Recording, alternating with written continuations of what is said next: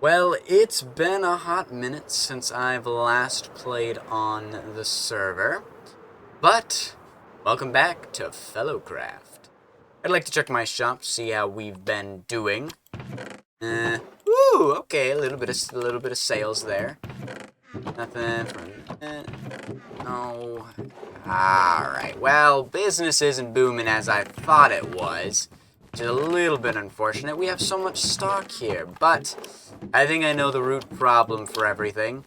I think my prices here are a little bit too expensive, and that needs to be fixed. The only problem is my iron farm is not fast enough. It doesn't produce a lot, so let's head over there real quick. See, the iron farm is great and all, but it's honestly meant to be a starter iron farm, not our permanent one. I may have put some chunk loaders down below, so that way this thing is always running. And in the time that it is always running, in the time that I've had it on, and how many times I've stocked my shop and have this much storage, this is as full as I've ever seen it, actually. For a long time, it hadn't even filled this double chest at the bottom, so for the first time ever, it's actually gone into this, because I haven't needed to stock my shop in so long, because people aren't buying iron as often, because I think the prices are too expensive. So I need to fix that. So what I'm going to do is I'm going to take this whole area, and we're going to go down, and we're going to basically build this iron farm 20 times over right underneath, or I'll figure something out iron-wise. We'll have a lot of iron, but as you can see, there is currently ground beneath my feet, and that's a problem. So I'm going to dig a giant hole, so, we can put an iron farm in here and an iron factory and all that good jazz. So, let's dig a hole.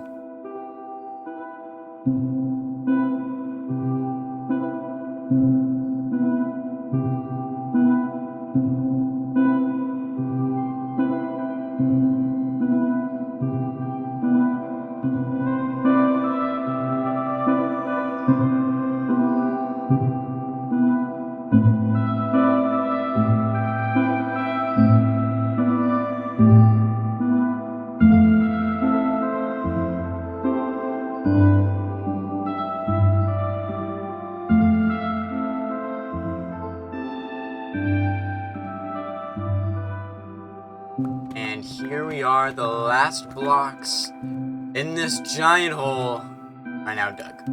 Duug has dug a hole. And I want to fill said hole with more stuff, iron farm stuff. I need to figure out the height and everything. We are going to design this entire thing myself, using the design that we have up there already, which isn't mine, but I'll go ahead and link that in the description again for y'all. We're going to be building that just several times over on top of itself, and hopefully that'll increase iron farm productions. And I need to create a factory to autocraft everything. Maybe. I don't know if I'm smart enough for that, but we'll figure it out. So let's get building. Alright guys, I have a nice big ol' hole here so that I can put an iron factory in it. Except I'm not very good with redstone. I don't actually know how to use the crafters to make everything for me automatically. So I'm going to need some help, but I'm going to need to figure out how to get them. Ooh, this'll work. Everything's bigger in? Texas? What? Oh, hey! I think I just got Texas summoned. You did. I need your help with some redstone, because I need to build a iron factory in this lovely space right here. Would you be able to help me out? Yeah. It's a pretty big space. I think we can do some of this. Yeah.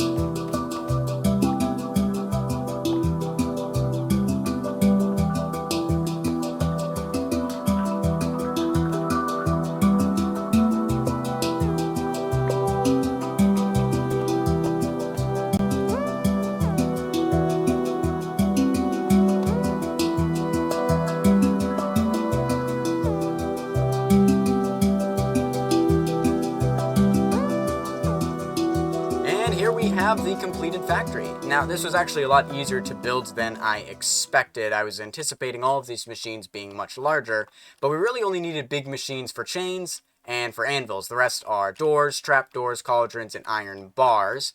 And yeah. But another thing that has currently happened is we are now in 1.21.10. That's right, we've updated. Which means we have all of that coppery goodness.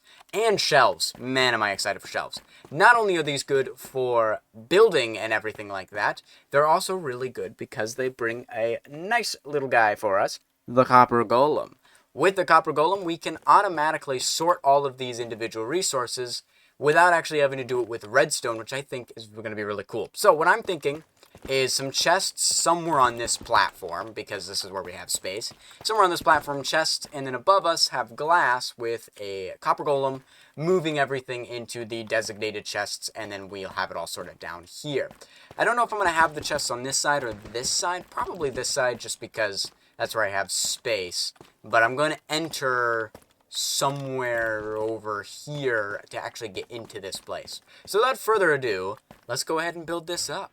Alright, well, if you listen out for that sound, you'll hear the sound of a copper chest constantly opening and these guys walking around.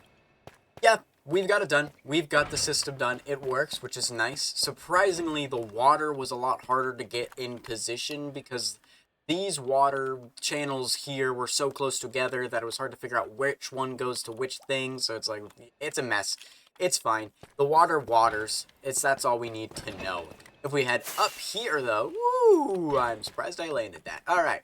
We got these two dudes who are going to look in this copper chest, and they're going to put items in here. Now, in each of these chests, we'll have one item, and then 3 stacks and a little bit more blocks in here. What that's doing is it's telling this comparator when one more item gets in here, it'll power this second piece of redstone.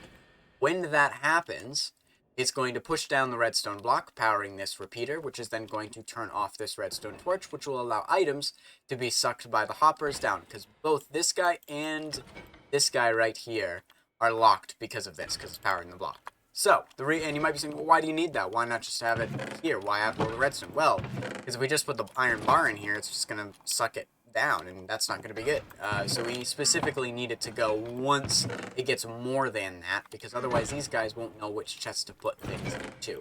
So each one of them has one of our desired effects, with the most likely that I will take and use on the right, and then least likely down. In fact, I'm actually going to swap these two, because I think I'm more likely to use these guys. If anything, really I should put the cauldrons there, because I think I really am not going to use iron bars there. It doesn't really matter that much as long as we've got a system here. So without further ado, the only thing we have left to do is build the iron farm actually above this thing. So yeah, let's go ahead and build an iron farm. Alright, well let me just shoot you straight right here, okay? So we've got the iron farm. It works. It's awesome.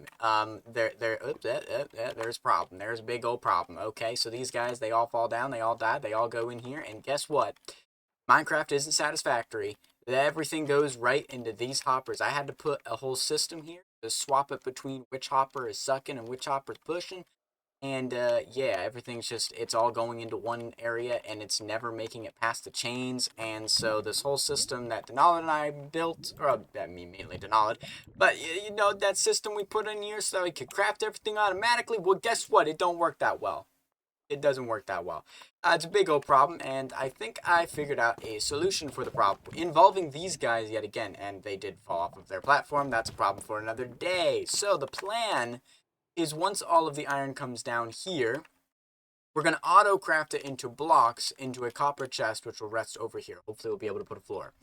Then we'll have copper golems surrounding said chest, all connected into different pathways, and they'll walk to those pathways and put their put the iron into a certain location, and it'll decraft it into ingots. Actually, you know what? We might just keep it as ingots. Now that I think about it, keep it as ingots, and they walk over and put it in. See, that takes off a step easier. Okay, that's what we're gonna do. So I gotta tear out everything we already put in, all of these water streams. These guys, I need to move them, and yeah, I will meet you guys back when I get these fixes done. Okay, I finally figured it out. We got a system here. It all works. Now, with what I did last time, I said I wanted to try to get these guys to do special things. That didn't work out at all, so we've got this system in place here. Man, it took a lot of brain power to figure out how this works. So let me go through this real quick, tell you how everything works. So iron comes down here, waits in this hopper. When this hopper gets full, or it has anything in it for that matter, this is going to send a signal which will make this not be powered anymore, right? So it's going to go through, and then once this comes back and ends up here, it's going to suck out all the items from here, and it's going to send it on its merry way. It goes up here. This little guy is going to turn this system off, so this guy moves to put it on the loop. Once it's on the loop, it's just a simple matter of placing the item, the iron, into all the hoppers that go to each of the different crafting stations. Now that part's not the tricky part. And the iron golems, just to have a little fun and keep the copper golems in here, they're going to go ahead and take it from the copper chest and put it in these chests, just to make it a little bit more fun, a little bit more interesting. Now this is where things got difficult. What I needed is I needed a system which said, if minecart is full, keep it on the loop. If minecart is empty, send it back to get more items. Harder than you think, because you cannot read a hopper minecart using a comparator. So that was the big challenge. I couldn't stop it, and I could start and stop it easy, but I couldn't read it. So I was like, well, now what do I do? Racking my brain, do I just take it out of this, blah, blah. So here's what we got. It goes over, it puts an item in here. If item goes inside here, this hopper is locked. Comparator reads it, puts it into a pulse extender, which turns this guy to face the loop again, like so. And you'll actually maybe even be able to see it right now. Okay, so it's empty right now. That's the if empty clause. If full, so it'll send the signal through, which will go into this, which will reverse all of this, which will turn the loop on, and it'll keep looping until it no longer has items. If nothing goes through here, well, this just stays like this, and it goes back down. Now, we're not producing quite enough iron to really have this be full and have this filled. We're getting maybe like 5 to 6 pieces of iron, which each one of those gets distributed. We have 1, 2, 3, 4, 5, 6. We have 6 different things. So as long as we get 6 iron consistently, 1 iron is going in each of these, which is then crafting everything like you've seen before, sending it through the waterway so these 3 dudes can go ahead and make them. And look at this. It's working. We are automatically crafting iron supplies, except for anvils. Anvils will take a while because they got a lot of iron blocks to get through first before they even are filled up. If I actually go over there, I put in a bunch of iron blocks that I've been crafting while trying to figure out this system. That's all gone through, and yeah, now they're all in here. None of them have made it here. So I might go upstairs, grab some of those, and just absolutely dump a chest full of iron blocks in here just so that we can get that in. And these are slowly filling up. These ones aren't, which is a little concerning. It's, you know, you're only getting 1 up here, so it's going either one or the other, and then it's going one or the other. So there's like a 1 in 4th chance it goes into one of these. Ideally, we'd have like 16 put in there, but there's not really a way that I can make that happen. Otherwise, I'd have to remove the copper golems and just put a redstone system in. That just keeps this locked for temporary. I guess I could still do that. Either way, the redstone is done. There's only one piece that I still have got left, which is a system that tells the machines to stop making stuff when it gets full. Because like chains are going to fill up pretty quick. They're the first in line, so they're always going to get iron. The only issue with that is if this fills up, well, we don't have storage anymore. And it's going to clog up the lines and all of that. It's going to clog up this chest and the other things can't go there. So probably once we have it reach a certain amount up here, once we start filling this chest up and maybe get about, I don't know, yeah, pretty much to like the last line here, just in case there's any stragglers, we can go ahead and send a signal, which will go all the way over here and lock this hopper right here. And then this hopper minecart will just go over and over. I want to see if this will go. Yeah. There's just not enough iron in here for it to send that signal, as I said. It just took everything. We don't get a lot, but I plan to expand this. There's 2 of them on top of each other now. I plan to expand this at least 2 more basins up. So I have another one of these up here, another basin, another one, and another basin. And that's probably about as high as we can get as the start of the deep slate layer, because eventually we'll get too close to this area, and that's going to cause problems because the iron golems are going to spawn in there, and we don't want that. We can't really spawn proof it because that's the other iron farm.